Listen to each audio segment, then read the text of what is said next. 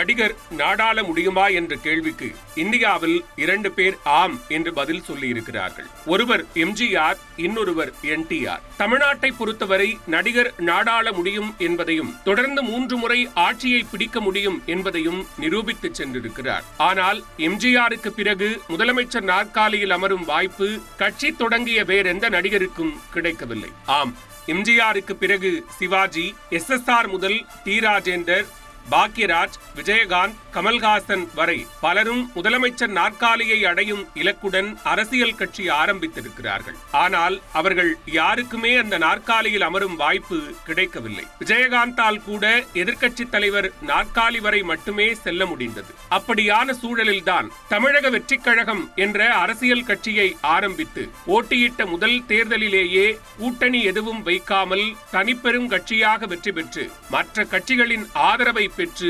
தமிழ்நாட்டின் முதல் கூட்டணி அரசை அமைத்து முதலமைச்சர் நாற்காலியில் அமர்ந்தார் விஜய். அப்படி விஜயை நோக்கி முதலமைச்சர் நாற்காலி வந்த கதை மறுபார்வை பார்க்கிறது இந்த சிறப்பு தொகுப்பு.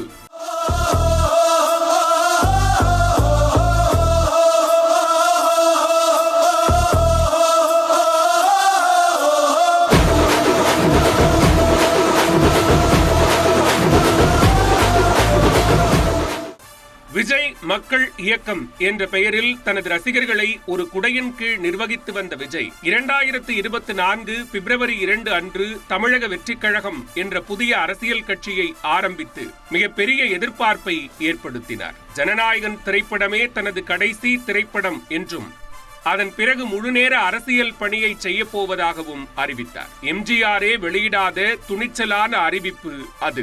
2024 மக்களவை தேர்தல் நெருங்கும் நேரத்தில் புதிய கட்சியை தொடங்கியதால் என்ன செய்ய போகிறார் விஜய் என்ற கேள்வி எழுந்தது. அப்போது தமிழக வெற்றிக் கழகம் 2024 மக்களவை தேர்தலில் போட்டியிடாது 2026 சட்டமன்ற தேர்தலே தங்கள் இலக்கு என்று அறிவித்த விஜய் தாவேக்கவின் ஆதரவு எந்த கட்சிக்கும் கிடையாது என்று அறிவித்தார். 2024 மக்களவை தேர்தலில் தமிழக வெற்றிக் கழக தொண்டர்கள் எந்த கட்சிக்கும் வாக்கு சேகரிக்க கூடாது என்ற அதிரடி அறிவிப்பையும் வெளியிட்டார் விஜய். தமிழக வெற்றிக் கழகத்தின் பொதுச் செயலாளராக தனது மக்கள் இயக்க நிர்வாகி புஸ்ஸி ஆனந்தையும் கட்சியின் பொருளாளராக வெங்கடரமணனையும் நியமித்தது ஆச்சரியத்தை ஏற்படுத்தியது. அதனைத் தொடர்ந்து பொதுமக்களை கட்சிக்குள் கொண்டு வருவதற்கான ஆன்லைன் உறுப்பினர் சேர்க்கையை ஆரம்பித்தார் விஜய். மாணவர்களுக்கு பரிசு வழங்கும் விழாவில் பேசிய விஜய், தமிழ்நாட்டில் நல்ல தலைவர்களே இல்லை, நாளைய வாக்காளர்களாகிய நீங்கள் நன்றாக சிந்தித்து வாக்களிக்க வேண்டும் என்றது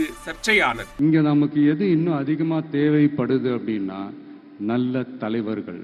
அப்போது புதிதாக கட்சி தொடங்கிய விஜய் எப்போது நேரடியாக அரசியல் பேசுவார் என்ற கேள்வி எழுந்தபோது நீட் தேர்வு கூடாது என்று அறிக்கை வெளியிட்டார் விஜய். அதுதான் அவர் வெளியிட்ட முதல் அரசியல் அறிக்கை. நீட் தேர்வு எதிர்ப்பை தொடர்ந்து மத்திய அரசின் குடியுரிமை திருத்தச் சட்டத்திற்கு எதிராக ஓர் அறிக்கையை வெளியிட்டார் விஜய்.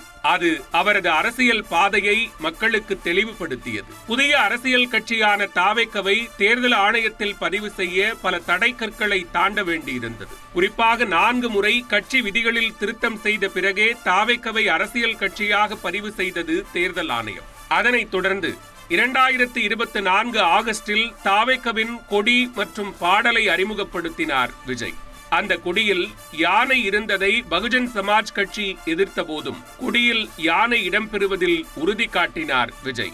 அரசியல் கட்சி ஆரம்பித்தால் மாநாடு தவிர்க்க முடியாத ஒன்று. அந்த வகையில் தமிழக வெற்றிக் கழகத்தின் முதல் மாநில மாநாட்டை 2024 அக்டோபர் 27 அன்று விக்கிரவாண்டியில் நடத்தினார் விஜய். அந்த மாநாட்டுக்கு திரண்ட கூட்டம் பிரம்மாண்ட அரசியல் கட்சிகளை அதிர்ச்சிக்குள்ளாக்கியது. அந்த விக்கிரவாண்டி மாநாட்டில்தான் தமிழக வெற்றிக் கழகத்தின் அரசியல் எதிரி திமுக, கொள்கை எதிரி பாஜக என்று பகிரங்கமாக அறிவித்தார் விஜய். நாட்டையை பாழ்படுத்துற பிளவுவாத அரசியல் செய்யறவங்க தான் தமிழக வெற்றிக் கழகத்தோட ஒரே முழு முதல் கொள்கை எதிரி, ஐடியாலஜிக்கல் எனிமி.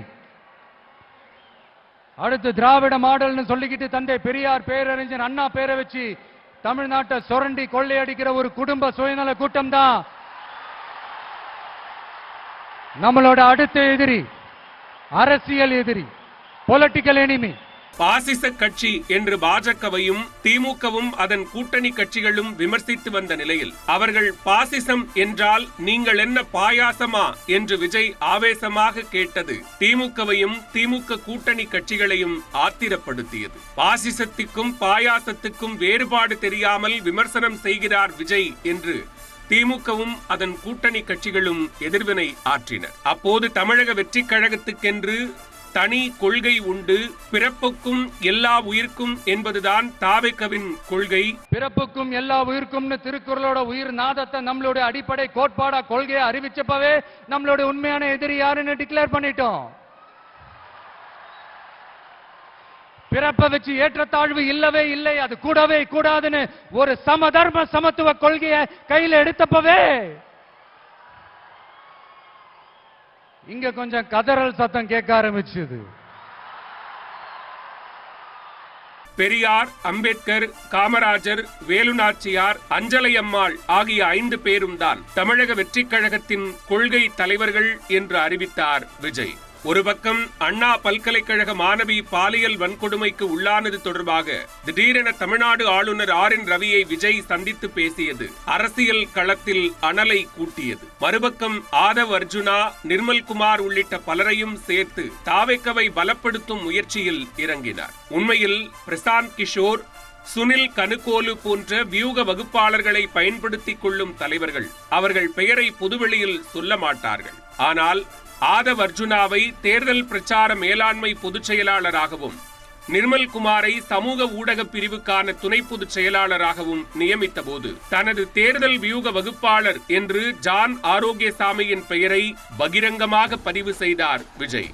1967 அண்ணா ஆட்சி மாற்றத்தை நிகழ்த்தியது போல 1977 எம்ஜிஆர் ஆட்சிக்கு வந்தது போல 2026 தேர்தல் தமிழ்நாட்டுக்கான திருப்புமுனை தேர்தலாக அமையும் என்று விஜய் பேசியது தாவேக தொண்டர்களை உற்சாகப்படுத்தியது. முதல் மாநாட்டில் 5 தலைவர்களை கொள்கை தலைவர்கள் என்று சொன்ன விஜய் பிறகு அண்ணாவையும் எம்ஜிஆரையும் அரசியல் வழிகாட்டிகள் என்று சொல்லத் தொடங்கினார். இது திமுகவையும் அதிமுகவையும் யோசனையில் ஆழ்த்தியது.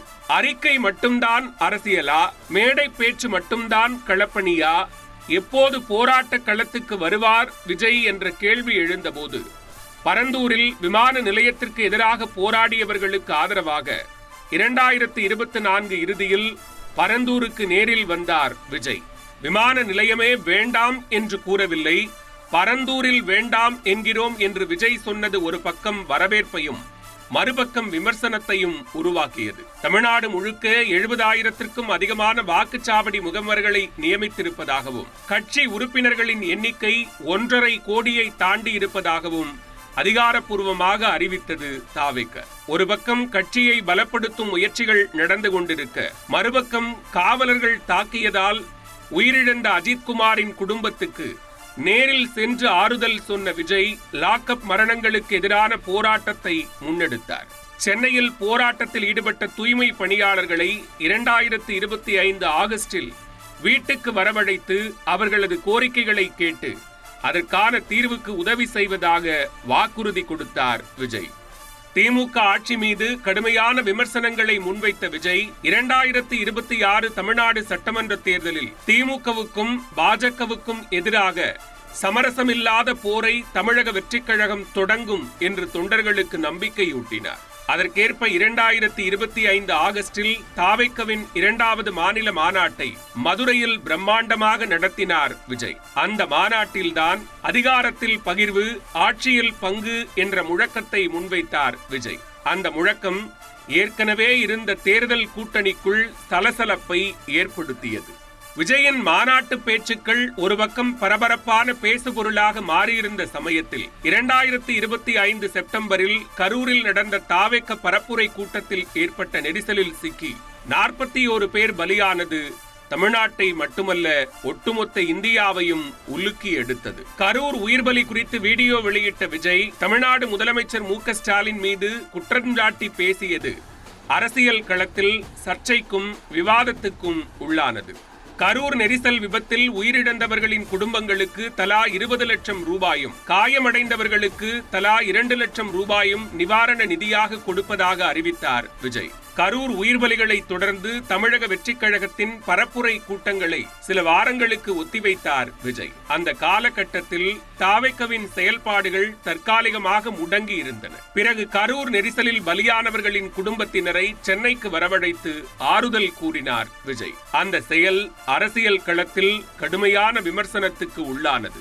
இந்த பின்னணியில்தான் அதிமுக மூத்த தலைவரும் முன்னாள் அமைச்சருமான செங்கோட்டையன் அதிமுகவில் ஏற்பட்ட கருத்து வேறுபாடு காரணமாக அந்த கட்சியிலிருந்து விலகி விஜய் தலைமையிலான தாவேக்கவில் இணைந்தார். அது விஜய்க்கு மட்டுமல்ல, தாவேக்க தொண்டர்களுக்கும் தெம்பூட்டியது. திமுகவில் இருந்து வெளியேறுபவர்கள் அதிமுகவுக்கும், அதிமுகவில் இருந்து விலகுபவர்கள் திமுகவுக்கும் செல்வதே வழக்கம்.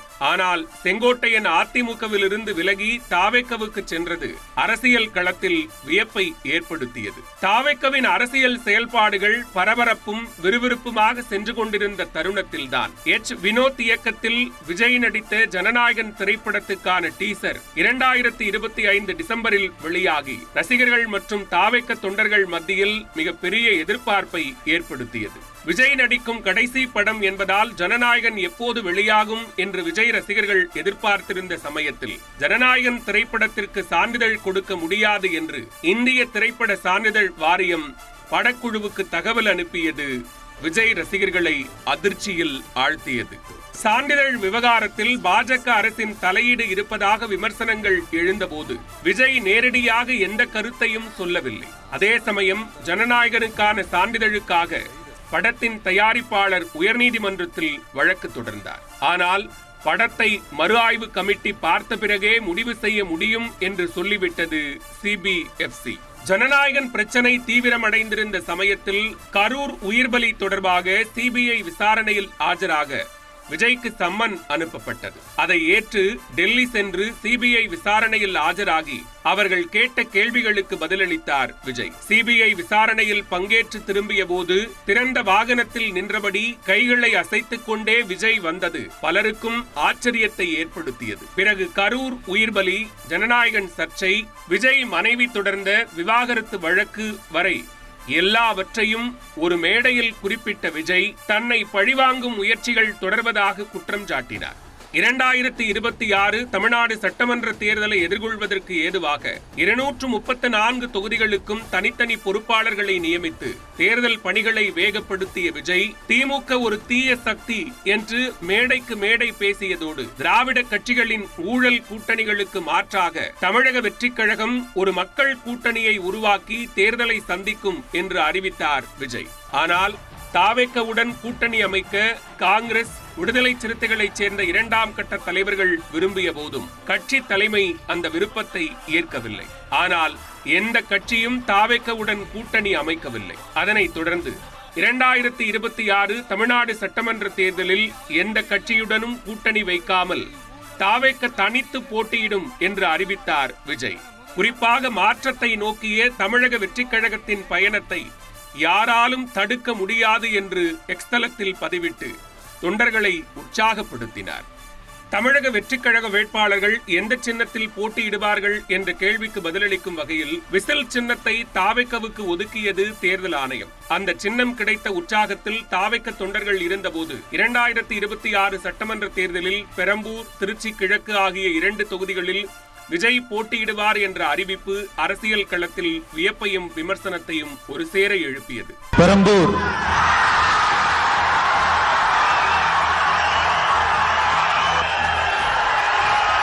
சி. ஜோசப் விஜய்.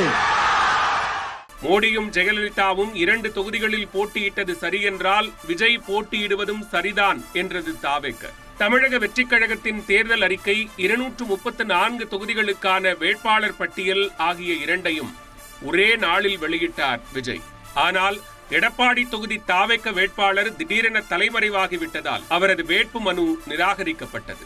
அதனால் எடப்பாடி பழனிசாமியை எதிர்த்து டிவி சின்னத்தில் போட்டியிட்ட வேட்பாளரை தாவேக்க ஆதரிக்கும் என்று அறிவித்தார் விஜய். அதனால் 234 தொகுதிகளில் 233 தொகுதிகளில் தாவேக்கவின் அதிகாரப்பூர்வ வேட்பாளர்கள் போட்டியிட்டனர். சாத்தியமாக கூடிய வாக்குறுதிகளை மட்டுமே கொடுப்போம், பொய் வாக்குறுதிகள் தரமாட்டோம் என்ற விஜய் 60 வயதுக்குட்பட்ட குடும்ப தலைவிகளுக்கு ஒவ்வொரு மாதமும் 2500 ரூபாய், ஒவ்வொரு குடும்பத்துக்கும் ஆண்டுக்கு 6 கேஸ் சிலிண்டர், ஒவ்வொரு குடும்பத்துக்கும் மாதம் 200 யூனிட் கட்டணமில்லா மின்சாரம், ஏழை எளிய வீட்டு பெண்களுக்கு திருமண உதவியாக 1 பவுன் தங்கம், ஒரு பட்டுச் சேலை, வேலையில்லா பட்டதாரிகளுக்கு ஒவ்வொரு மாதமும் ரூபாய் 4000, டிப்ளமோ முடித்துவிட்டு வேலையின்றி இருக்கும் இளைஞர்களுக்கு மாதம் 2500 ரூபாய் என்று பல வாக்குறுதிகளை கொடுத்தார் விஜய். தமிழ்நாட்டின் மைய பகுதியான திருச்சியில் வைத்து தமிழக வெற்றிக் கழகத்தின் முதல் அதிகாரப்பூர்வ தேர்தல் பரப்புரை கூட்டத்தை நடத்தினார் விஜய்.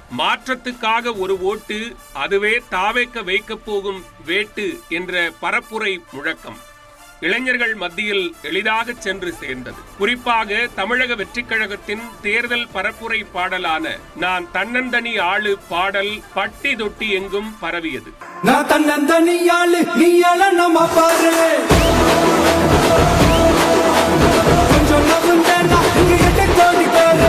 சமூக ஊடகங்களின் வழியாக கோடிக்கணக்கான மக்களை சென்றடைந்தது. தேர்தல் பரப்புரை கூட்டங்களில் விஜய் சொன்ன ஒரே ஒரு முறை வாய்ப்பு கொடுங்கள், மாற்றத்தை நிகழ்த்தி காட்டுகிறோம் என்ற வாக்குறுதி வாக்காளர்களுக்குள் வேகமாக ஊடுருவியது. திமுக, அதிமுகவுக்கு மட்டுமே வாக்களித்து பழகியிருந்த வாக்காளர்களுக்கு விஜயின் பேச்சு அனுதாபத்தை கொடுத்தது. வாக்காளர்கள் அத்தனை பேரும் பொறுமையுடன் காத்திருந்து ஒரு வாக்கு கூட வீணாகி விடாமல் எல்லோரும் வாக்களியுங்கள் என்று விஜய் சொன்னது சமூக ஊடகங்களில் தீ போல பரவியது.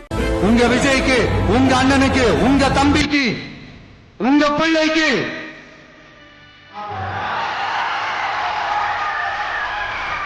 ஒரே ஒரு வாய்ப்பு கொடுங்க. தயவு செஞ்சு விசில் சின்னத்துக்கு ஓட்டு போடுங்க. அதன் நீட்சியாக தமிழ்நாட்டின் தேர்தல் அரசியல் வரலாற்றில் இல்லாத அளவுக்கு சுமார் 85% வாக்குகள் 2026 தமிழ்நாடு சட்டமன்ற தேர்தலில் பதிவாகின. அந்த தேர்தலில் வாக்களிப்பதற்காக வெளிநாடுகளில் இருந்தெல்லாம் பல இளைஞர்கள் வருவதாக வெளியான செய்திகள் தாவேக்கவுக்கு சாதகமான அம்சமாக மாறின. பேரன் சொல்லி விஜய்க்கு வாக்களித்தோம் என்று பாட்டிகளும், பேத்திக்காக விசிலுக்கு வாக்களித்ததாக தாத்தாக்களும், மகளுக்காக தாவேக்கவை ஆதரித்ததாக தந்தைகளும், மகனுக்காக விஜய்க்கு வாக்களித்ததாக அம்மாக்களும் சொன்னார்கள். எல்லாம் முடிந்து வாக்குகளை எண்ணத் தொடங்கிய போது மிகப்பெரிய அரசியல் திருப்பம் நிகழ்ந்திருந்தது. ஆம், தமிழக வெற்றிக் கழக வேட்பாளர்கள் இருபெரும் திராவிட கட்சிகளைச் சேர்ந்த பெரிய பெரிய வேட்பாளர்களை எல்லாம் வீழ்த்தி வெற்றி பெற்றிருந்தனர். பெரம்பூர், திருச்சி கிழக்கு ஆகிய 2 தொகுதிகளில் போட்டியிட்ட தாவேக்க தலைவர் விஜய் அந்த 2 தொகுதிகளிலும் வெற்றி பெற்றார். கொளத்தூர் தொகுதியில் போட்டியிட்ட முதலமைச்சர் மு.க. ஸ்டாலின் தமிழக வெற்றிக் கழக வேட்பாளர் வி.எஸ். பாபுவிடம் தோற்று போனார். தமிழக வெற்றிக் கழகம் போட்டியிட்ட 233 தொகுதிகளில் 108 தொகுதிகளில் வெற்றி பெற்று திமுகவை 2வது இடத்துக்கும் அதிமுகவை 3வது இடத்துக்கும் தள்ளி தனிப்பெரும் கட்சியாக உருவெடுத்தது. தேர்தல் முடிவுகளை தொடர்ந்து தொண்டர்களிடம் பேசிய விஜய், நம்மை ஏளனம் செய்தவர்கள், கேலி செய்தவர்களுக்கு எதிராக பயமில்லாமல் களத்தில் நின்று மக்கள் கொடுத்த தீர்ப்பே இந்த வெற்றி என்றார். பிறகு தமிழக வெற்றிக் கழகத்தின் சட்டமன்ற குழுவின் தலைவராக விஜயை தேர்ந்தெடுத்தனர் தாவேக்க சட்டமன்ற உறுப்பினர்கள். அப்போது ஆட்சி அமைக்க 118 இடங்கள் தேவை என்ற நிலையில் தாவேக்கவின் வசம் 108 தொகுதிகளே இருந்தன. பெரம்பூர், திருச்சி கிழக்கு ஆகிய 2 தொகுதிகளில் வெற்றி பெற்ற விஜய் அதில் ஒரு தொகுதியை ராஜினாமா செய்ய வேண்டியிருந்தது. அதனால் ஆட்சிக்கு தேவையான அறுதி பெரும்பான்மையை திரட்ட மற்ற கட்சிகளின் ஆதரவை பெற வேண்டிய நெருக்கடி விஜய்க்கு உருவானது. அப்போது 5 எம்எல்ஏக்களை வைத்திருந்த காங்கிரஸ் சில மணி நேரங்களில் திமுக கூட்டணியிலிருந்து வெளியேறி தாவேக்க ஆட்சி அமைக்க ஆதரவளிப்பதாக அறிவித்து விஜய்க்கு இன்ப அதிர்ச்சி கொடுத்தது. அமைச்சரவையில் பங்கேற்கவும் விருப்பம் தெரிவித்திருந்தது. அந்த உற்சாகத்தில் தமிழக வெற்றிக் கழகத்தை ஆட்சி அமைக்க அழைக்குமாறு ஆளுநரிடம் கோரினார் விஜய். ஆனால் தாவேக்கவுக்கு மெஜாரிட்டி இல்லை என்று கூறி அழைப்பு விடுக்க மறுத்துவிட்டார் ஆளுநர் ஆர்.வி. அர்லேக்கர். ஆட்சி அமைத்தே தீர வேண்டும் என்ற சூழலில் திமுகவின் கூட்டணி கட்சிகளான இடதுசாரிகள், விடுதலை சிறுத்தைகள், இந்திய யூனியன் முஸ்லீம் லீக் ஆகியோரிடம் ஆதரவு கோரினார் விஜய். அப்போது தமிழ்நாட்டில் ஆளுநர் ஆட்சி அமலுக்கு வருவதை தடுப்பதற்காக விஜய் ஆட்சி அமைக்க நிபந்தனையற்ற ஆதரவை கொடுப்பதாக இடதுசாரி கட்சிகள் அறிவித்தன. அதே முடிவை இந்திய யூனியன் முஸ்லீம் லீக்கும் எடுத்தது. அதனைத் தொடர்ந்து இடதுசாரி கட்சிகளின் தலைவர்கள் அந்த கட்சிகளின் தலைமை அலுவலகங்களுக்கு நேரில் சென்று நன்றி தெரிவித்தார் விஜய். காங்கிரஸ் இடதுசாரிகளின் ஆதரவுக்கு பிறகும் தாவேகவுக்கு மெஜாரிட்டி கிடைக்காத நிலையில் விடுதலை சிறுத்தைகள் கட்சி என்ன செய்ய போகிறது என்ற கேள்வி எழுந்தபோது நீண்ட ஆலோசனைகளுக்கும் நெடிய தாமதத்துக்கும் பிறகு தாவேக ஆட்சி அமைக்க நிபந்தனையற்ற ஆதரவை கொடுப்பதாக அறிவித்தார் திருமாவளவன். தாவேக எம்எல்ஏக்கள் மட்டுமின்றி காங்கிரஸ், இடதுசாரிகள், விடுதலை சிறுத்தைகள், இந்திய யூனியன் முஸ்லீம் லீக் ஆகிய கட்சிகளின் ஆதரவு கடிதங்களுடன் ஆளுநர் RV அர்லேக்கரை சந்தித்தார் விஜய். அதனைத் தொடர்ந்து ஆட்சி அமைக்க விஜய்க்கு அழைப்பு விடுத்தார் ஆளுநர் அர்லேக்கர். அதனைத் தொடர்ந்து 2026 மே 11 அன்று தமிழ்நாடு முதலமைச்சராக தமிழக வெற்றிக் கழகத்தின் தலைவர் சி. ஜோசப் விஜய் பதவியேற்றுக் கொண்டார். சி. ஜோசப் விஜய் எனும் நான்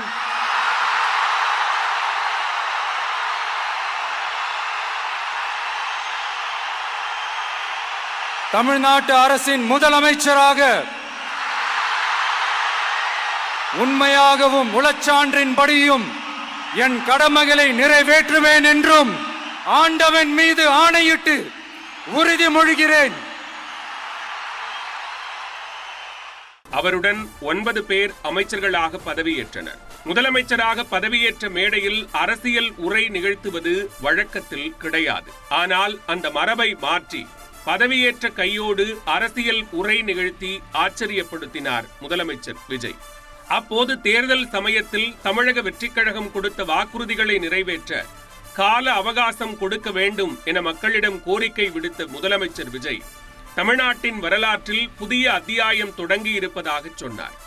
A new era of a real secular social justice starts now. விஜயின் முதல் அமைச்சரவையில் ஆனந்த், ஆதவ் அர்ஜுனா, அருண்ராஜ், செங்கோட்டையன், வெங்கடரமணன், ராஜ்மோகன், நிர்மல்குமார், கீர்த்தனா ஆகியோர் இடம்பெற்றனர். முதலமைச்சராக பதவியேற்ற விஜய் முன்னாள் முதலமைச்சர் மு.க. ஸ்டாலின், வைகோ, அன்புமணி, சீமான் உள்ளிட்ட எதிர்க்கட்சி தலைவர்களை மரியாதை நிமித்தமாக சந்தித்தார். கூடவே SP வேலுமணி, CV சண்முகம் தலைமையிலான அதிமுக அதிருப்தி எம்எல்ஏக்களை முதலமைச்சர் விஜய் நேரில் சென்று சந்தித்தது சர்ச்சையானது.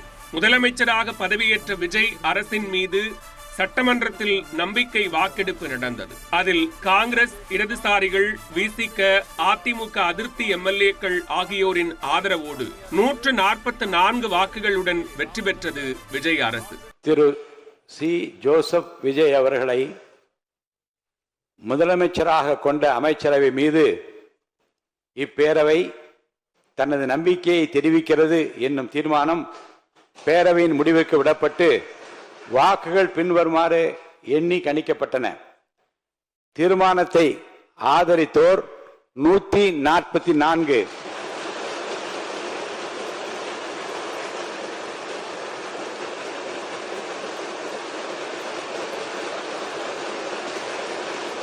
அதனைத் தொடர்ந்து தமிழ்நாடு சட்டமன்றத்தில் சபாநாயகராக JCD பிரபாகர் போட்டியின்றி தேர்ந்தெடுக்கப்பட்டார். பிறகு தனது அமைச்சரவையை விரிவுபடுத்திய முதலமைச்சர் விஜய் நிதியமைச்சர் என்ற முக்கியத்துவம் வாய்ந்த பொறுப்பை செங்கோட்டையனிடம் கொடுத்துவிட்டு அடுத்த சில நாட்களிலேயே அந்த துறையை மரிய வில்சனுக்கு கொடுத்துவிட்டு செங்கோட்டையன் வசம் வருவாய்த்துறையை கொடுத்தார். தாவேக பொதுச் செயலாளர் ஆனந்துக்கு நீர்வளத்துறையை ஒதுக்கிய முதலமைச்சர் விஜய் பொதுப்பணி, விளையாட்டு மற்றும் இளைஞர் நலத்துறையை ஆதவ் அர்ஜுனாவுக்கு கொடுத்தார்.